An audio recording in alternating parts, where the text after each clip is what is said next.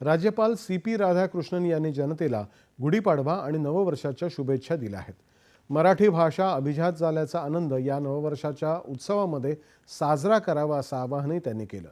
हे वर्ष सर्वांना आनंदाचं आणि सुख समृद्धीचं जावं असं त्यांनी म्हटलं आहे। मुख्यमंत्री देवेंद्र फडणवीस यांनी मराठी नववर्ष प्रारंभ गुढीपाडव्याच्या निमित्तानं राज्यातल्या नागरिकांना शुभेच्छा दिल्या आहेत। महाराष्ट्र हे प्रगतिशील राज्य आहे।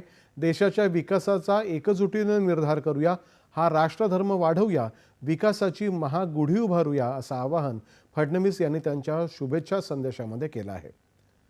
नूतन वर्ष राज्यातल्या सर्वांसाठी नवचैतन्य ऊर्जा घेऊन येऊ अशी मनोकामनाही त्यांनी व्यक्त केली आहे।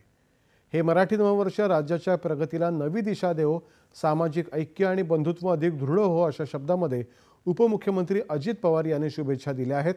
तर आर्थिक, सामाजिक आणि औद्योगिक प्रगतीच्या माध्यमातून महाराष्ट्र अधिक बळकट, समृद्ध आणि संपन्न करूया असं आवाहनही त्यांनी केलं आहे।